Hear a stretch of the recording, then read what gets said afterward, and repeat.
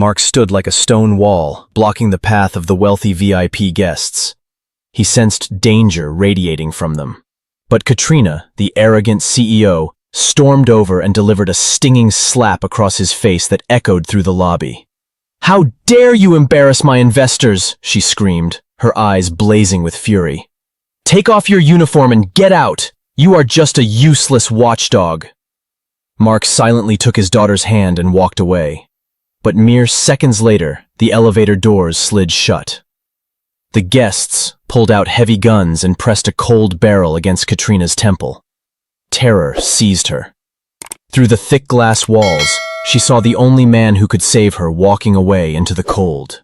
"Mark!" she screamed in hopeless desperation, banging on the glass. "Help me!" Before we continue, let us know where you are watching from in the world in the comments. We love seeing how far our stories travel. And if this story touches your heart, do not forget to like, share, and subscribe. The lobby of the Titan Tech Corporation was a cathedral of glass and steel, designed to make visitors feel small. Mark stood at the security checkpoint, his posture rigid and alert. He was not just a guard, he was a statue carved from discipline. Behind the marble reception desk, sitting quietly on a guest chair, was his 6-year-old daughter, Zoe. Her school was closed for emergency maintenance, and Mark had no money for a babysitter. She was swinging her little legs, happily coloring a picture of a superhero with a blue crayon. To her, the cold, sterile lobby was a playground because her father was there. The silence was broken by the rhythmic thud of leather shoes on the polished floor. 4 men in expensive black suits marched toward the elevators. They moved with a strange, synchronized precision that made the hair on the back of Mark's neck stand up. They did not look like investors. They looked like predators. As they passed through the metal detector, the machine gave a sharp, high-pitched whine. "Hold it, gentlemen," Mark said, his voice deep and commanding. He stepped in front of the leader, a tall man with a scar hidden beneath his collar. "Please step back. I need to run the wand over you." The leader sneered, checking his diamond watch. "We are late for a meeting with your CEO. It is a surgical pin in my knee. Move aside, peasant." "I cannot do that, sir," Mark said calmly, blocking their path with his broad shoulders. "Protocol is protocol." Suddenly, the sound of rapid high heels clicking against the floor echoed through the hall. Katrina, the CEO of Titan Tech, stormed toward them. She looked impeccable in her white suit, but her face was twisted with stress and anger. This meeting was crucial for the company's survival, and she had no patience for delays. "What is going on here?" Katrina demanded, her voice shrill. "Mark, why are you harassing my VIP investors?" "Ma'am," Mark said, keeping his eyes on the 4 men. "The scanner tripped, and with all due respect, I smell gun oil and sulfur on them. It is faint, but it is there. I cannot let them up." Katrina scoffed, a cruel laugh escaping her lips. "Gun oil? These are bankers from Switzerland, you idiot. They smell like money, something you clearly know nothing about." She stepped forward, getting right in Mark's face. The smell of her expensive perfume clashed with the tension in the air.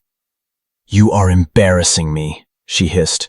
"I pay you to open doors and smile, not to play detective. You are paranoid and incompetent." "I am doing my job," Mark replied, his jaw tightening. "My job is to keep you safe." "Your job is gone!" Katrina screamed, causing the receptionist to gasp. "You are fired. Right now. Take off that uniform and get out of my building. I am sick of your excuses. You are just a useless watchdog who does not know his place." She reached out and yanked the security badge from his chest, throwing it onto the dirty floor. "Pick up your brat and leave. If I see you here in 5 minutes, I am calling the police." The lobby fell deathly silent. The 4 men in suits exchanged a subtle, mocking glance. Mark looked at Katrina for a long moment. He saw the arrogance in her eyes, the complete lack of respect for his years of service. He took a deep breath, swallowing his pride for the sake of his daughter. "Good luck, ma'am," Mark said softly. "You are going to need it." He walked over to the bench. Zoe looked up, her big eyes wide with confusion. She held up her drawing. "Daddy, is the bad lady yelling at you?" It is okay, sweetie, Mark whispered, picking her up and grabbing her small backpack. We are going on an adventure. Let's go get some ice cream. Mark took his daughter's hand and walked toward the revolving doors. He did not look back. He walked out of the warmth of the building and into the cold, biting wind of the city, leaving Katrina alone with the wolves she had just invited into her home.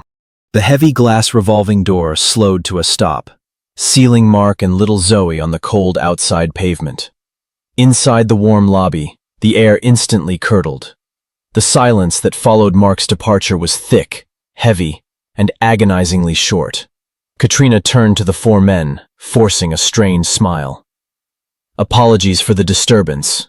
Good help is so hard to find these days. Shall we go up to the boardroom? The tall leader with the scar on his neck did not smile back. He did not move toward the elevators. Instead, he gave a subtle nod to his associates. In perfect, terrifying unison, the facade of the wealthy bankers dropped. They reached under their tailored suit jackets. They did not pull out checkbooks or business cards. They pulled out matte black pistols with long, sinister silencers attached to the barrels.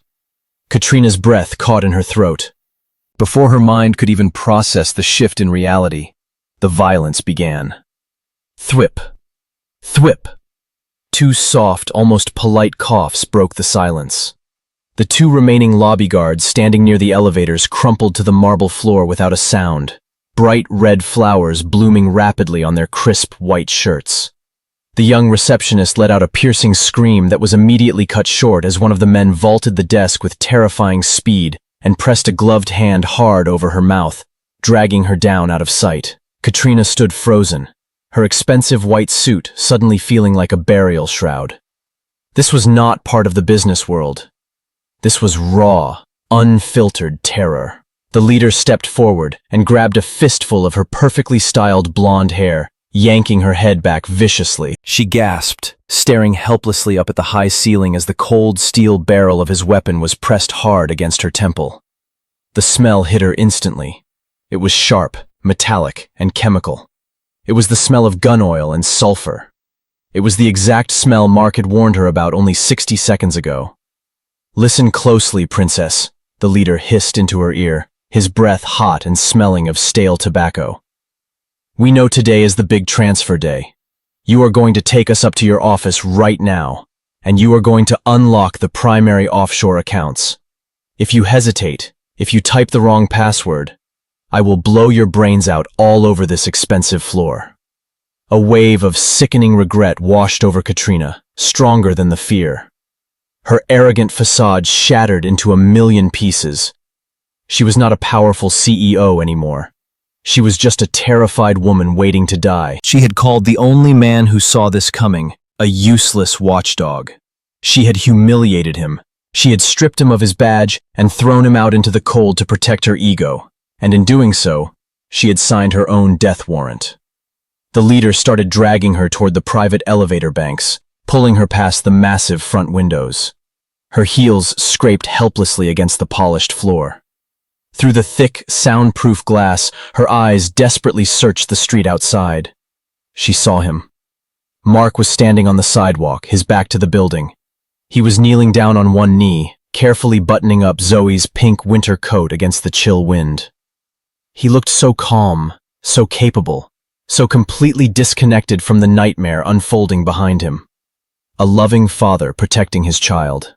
A desperate, primal urge took over Katrina. She fought against the leader's grip, lurching toward the glass. She slammed her manicured hand against the window pane. "Mark!" she screamed, but the sound was swallowed instantly by the thick, insulated glass. It came out as a silent, ghostly mouthing of words to the outside world. "Help me.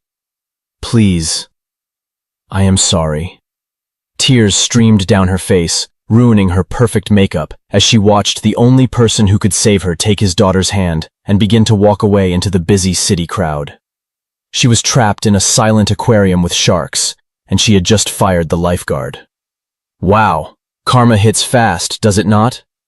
One minute she is calling him a useless watchdog and throwing his badge on the floor, and the next she is praying to the universe for him to turn around. But why should he? He is fired. He has his precious little girl to protect from danger. If I were Mark, I think I would just keep walking and let her handle the mess she created. What do you guys think? Will he leave her to face the consequences, or is he too much of a hero to walk away? Let me know your predictions in the comments below. Outside on the cold pavement, Mark finished buttoning the top button of Zoe's pink winter coat.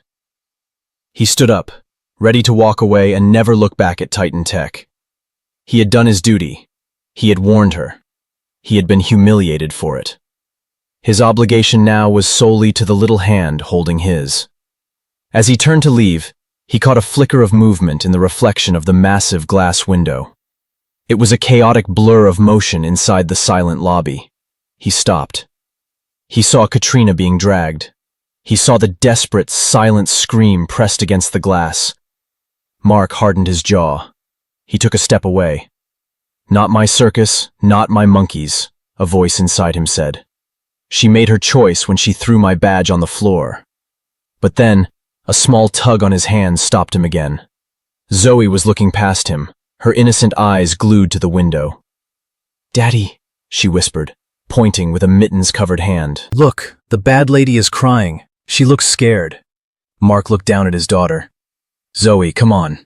We have to go." Zoe did not move.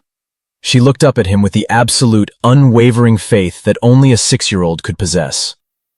"But Daddy, you said superheroes always help people, even the mean people. Are you not a superhero anymore?" That question hit Mark harder than Katrina's slap ever could. It pierced right through his pride and anger, striking the core of the man he wanted his daughter to believe he was. He looked back at the window. Katrina was a tyrant, yes, but she was also a terrified human being facing monsters he had let in. Mark let out a long, heavy sigh that steamed in the freezing air. The dad switch flipped off. The soldier switch flipped on. His eyes changed from warm brown to cold steel. He knelt down one last time, looking Zoe square in the eye. "Okay, sweetie," Mark said, his voice calm and steady. "You are right. Daddy has one more job to do. I need you to stand right here behind this concrete planter. Do not move. I need you to cover your ears tight, close your eyes, and count to 50 as fast as you can. Can you do that for me? Like a big girl?" Zoe nodded seriously. She squeezed her eyes shut, clamped her mittened hands over her ears, and began to whisper. 1, 2, 3. Mark stood up. He did not reach for the key card Katrina had discarded. He did not need permission to enter anymore. Inside the lobby, the leader was still dragging Katrina toward the elevators when a massive, visceral roar shattered the silence. The heavy revolving door did not spin, it exploded inward. Mark hit the glass panel with his full shoulder weight, shattering the locking mechanism with the force of a battering ram. Glass rained down onto the marble floor. The gunman nearest the door spun around, raising his silenced weapon. He was too slow. Mark moved with a terrifying speed that defied his size. He crossed the distance in 2 strides. Before the gunman could align his sights, Mark's hand shot out, chopping hard against the man's wrist. A sickening crack echoed through the lobby as the bones snapped and the gun skittered across the floor. In one fluid motion, Mark grabbed the screaming man by the back of the neck and slammed his face into the marble wall, silencing him instantly. The leader, still holding Katrina, shouted, "Kill him!" The other 2 gunmen released the receptionist and raised their weapons. Mark did not run for cover. He grabbed a heavy red fire extinguisher from the wall bracket. He pulled the pin and squeezed the handle, not aiming at the men, but at the space between them. A thick, blinding cloud of white chemical powder erupted, filling the air, obscuring vision, and choking the attackers. The sound of coughing and confused shouting filled the sudden fog. Mark did not need to see. He had memorized the layout of this lobby years ago. He moved like a ghost into the white cloud. A gunman stepped forward blindly, trying to aim through the haze. Mark appeared out of the white smoke like a phantom on his left side. He grabbed the gun barrel, redirecting it toward the ceiling, as a shot went off wildly into the drywall. Mark twisted the gun out of the man's grip, spun him around, and delivered a precise, devastating blow to the back of his knee, collapsing him. A swift elbow to the temple finished the job. The 3rd gunman panicked, backing away, trying to find a target in the swirling powder. He never saw Mark coming. Mark swept his legs out from under him. As the man hit the floor, Mark was already on top of him, applying a sleeper hold that rendered him unconscious in seconds. It had taken less than 20 seconds. 3 highly trained professionals were down, broken, and unconscious. Mark stood up in the thinning white fog, adjusting his cuffs. He was not breathing hard. He had not broken a sweat. He looked toward the elevators where the terrified leader was now using Katrina as a human shield, holding a trembling knife to her throat since he could not risk firing his gun in the chaos.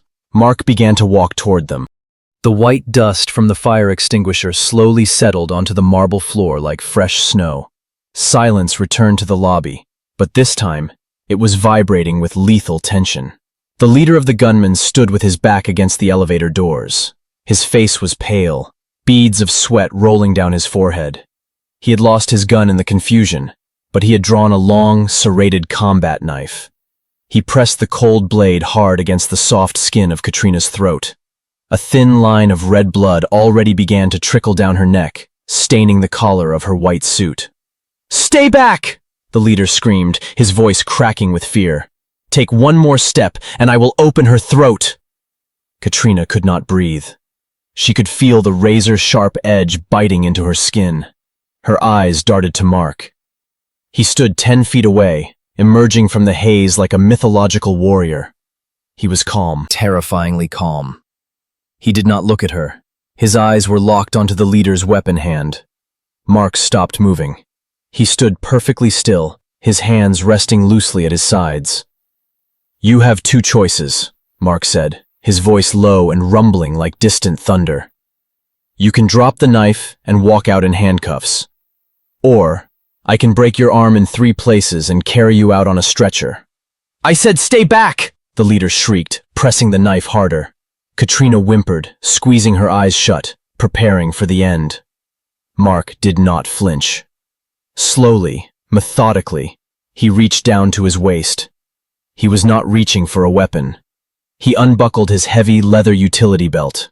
The metallic clink of the buckle echoed in the silent hall.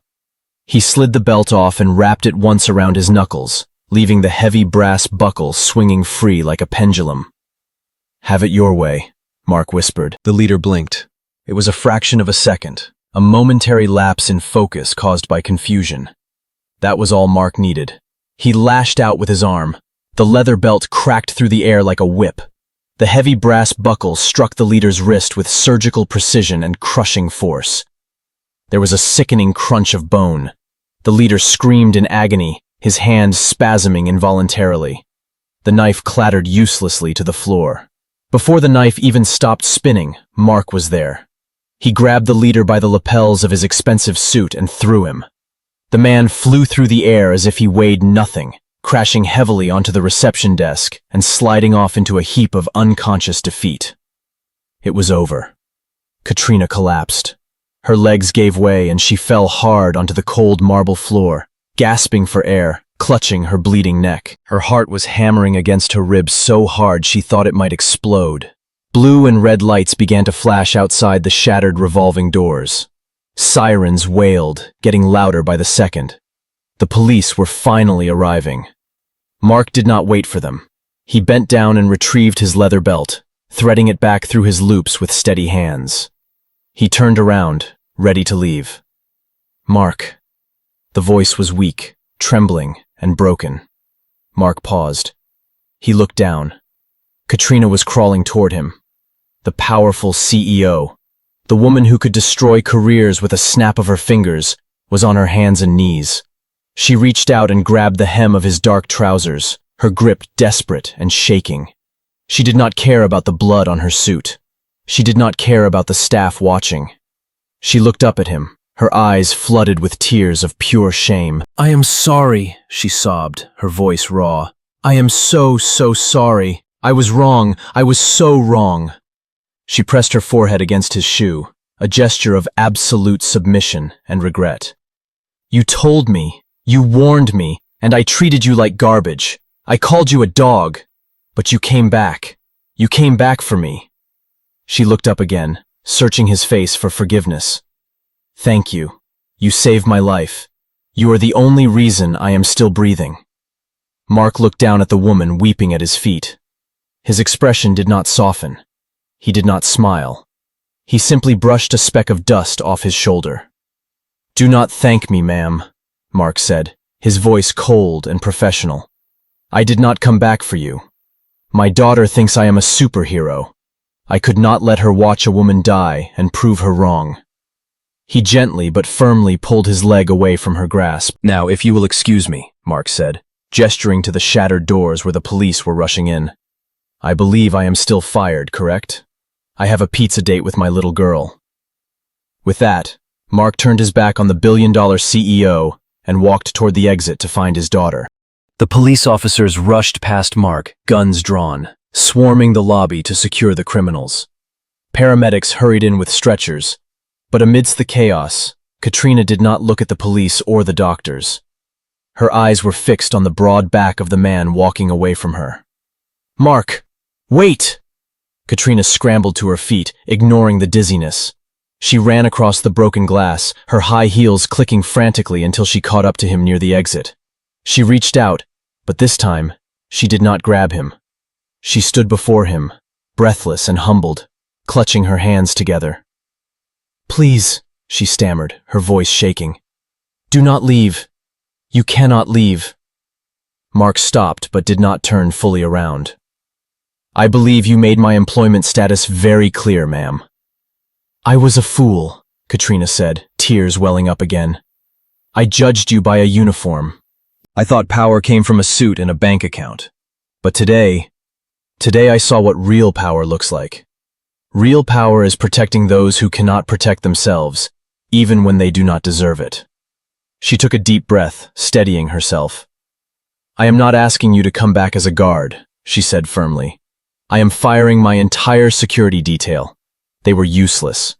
I want to offer you the position of head of global security for the entire corporation. You will have a full team, full authority, and a salary that will ensure your daughter never has to worry about a thing for the rest of her life. Triple your old pay. Please, Mark, I need someone I can trust." Mark looked at her. He saw the sincerity in her eyes. He thought about the small, drafty apartment he shared with Zoe. He thought about the broken heater he could not afford to fix. He swallowed his pride, not for himself, but for the little girl waiting outside. "I accept," Mark said quietly, "but on one condition. I am off on weekends. My daughter needs her dad more than you need a bodyguard." Katrina smiled through her tears. It was the first genuine smile she had worn in years. "Deal. Thank you, Mark." Mark nodded once, then pushed through the shattered doors into the cold night air. He walked over to the concrete planter. A tiny figure in a pink coat was crouched there, hands clamped tight over her ears, eyes squeezed shut. 48. 49. Zoe whispered into the wind. 50. Mark said softly, tapping her on the shoulder. Zoe's eyes popped open. She jumped up and looked at her father. He was unharmed. He looked just like he always did, strong, safe, and calm.